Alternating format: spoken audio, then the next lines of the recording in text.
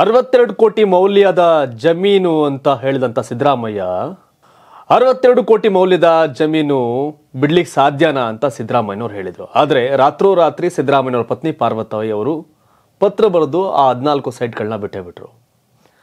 ಇನ್ನೊಂದು ಕಡೆ ಮೂಡ ವರ್ಷಗಟ್ಟಲೆ ಕಾಯಿಸುತ್ತೆ ಜನರನ್ನ. ಆದರೆ ಹಿಂದಿನ ದಿನ ರಾತ್ರಿ ಪತ್ರ ಬರೀತಾರೆ ಪಾರ್ವತಮ್ಮನವರು, ಬೆಳಬೆಳಗ್ಗೆನೇ ಆಗ್ಲೇ ಅದರ ಏನು ರಿಜಿಸ್ಟ್ರೇಷನ್ ಅನ್ನ ಕ್ಯಾನ್ಸಲ್ ಮಾಡುತ್ತೆ ಮೂಡ.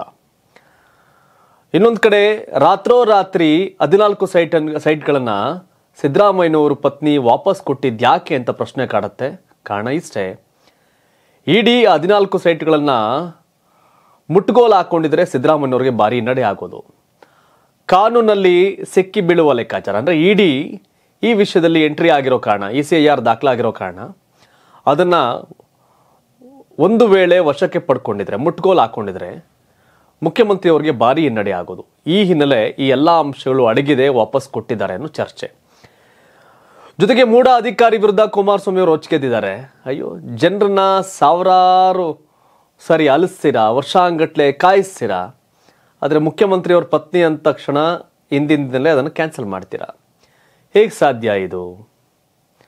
ಇನ್ನೊಂದು ಕಡೆ ಇಡಿ ಯಾವ ಆಧಾರದ ಮೇಲೆ ಬರುತ್ತೆ ಅನ್ನೋ ಪ್ರಶ್ನೆಗಳನ್ನ ಮುಖ್ಯಮಂತ್ರಿಗಳು ಎತ್ತುತ್ತಾ ಇದ್ದಾರೆ.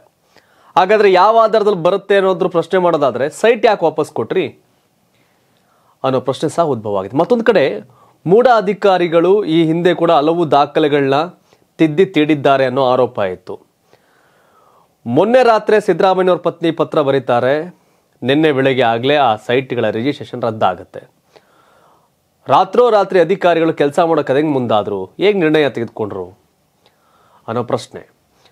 ಈ ವಿಚಾರದಲ್ಲಿ ನೋಡಿದ್ರೆ ಸಿದ್ದರಾಮಯ್ಯನವರ ಸೇಫ್ ಮಾಡಲಿಕ್ಕೆ ಸಾಧ್ಯವಾದಷ್ಟು ಮಟ್ಟಿಗೆ ಮೂಡ ಅಧಿಕಾರಿಗಳು ಕೆಲಸ ಮಾಡ್ತಿದ್ದಾರೆ ಅನ್ನೋ ಚರ್ಚೆ ಶುರುವಾಗಿದೆ. ಒಂದಷ್ಟು ಪ್ರಮುಖವಾದ ವಿಷಯ ಏನು ಅಂದ್ರೆ, ಕಾನೂನಿನ ಬಗ್ಗೆ ನಂಬಿಕೆ ಇದೆ, ನನಗೆ ಯಾವುದೇ ಭಯ ಇಲ್ಲ, ಇದೆಲ್ಲ ರಾಜಕಾರಣ ಅಂತ ಹೇಳುವಂತ ಸಿದ್ದರಾಮಯ್ಯನವರು ಆ ಜಾಗ ನನ್ನದೇ ಅಂತ ಇಷ್ಟು ದಿನ ಕ್ಲೈಮ್ ಮಾಡ್ತಾ ಬಂದಿದ್ದು, ನಮ್ಗೆ ದಕ್ಕಬೇಕಾಗಿದ್ದು ಕ್ಲೈಮ್ ಮಾಡಿದ್ರು. ಈಗ ವಾಪಸ್ ಕೊಟ್ಟಿದ್ದರಿಂದ ಅವರು ತಪ್ಪನ್ನು ಒಪ್ಕೊಂಡ್ರು ಅನ್ನೋ ರೀತಿಯ ಚರ್ಚೆಗಳು ಕೂಡ ನಡೀತಿದೆ. ಬಟ್ PMLA ಕಾಯ್ದೆ ಸೆಕ್ಷನ್ 15 ಅಡಿ ಇಡಿ ಕೇಸ್ ದಾಖಲು ಮಾಡಿಕೊಂಡಿದೆ.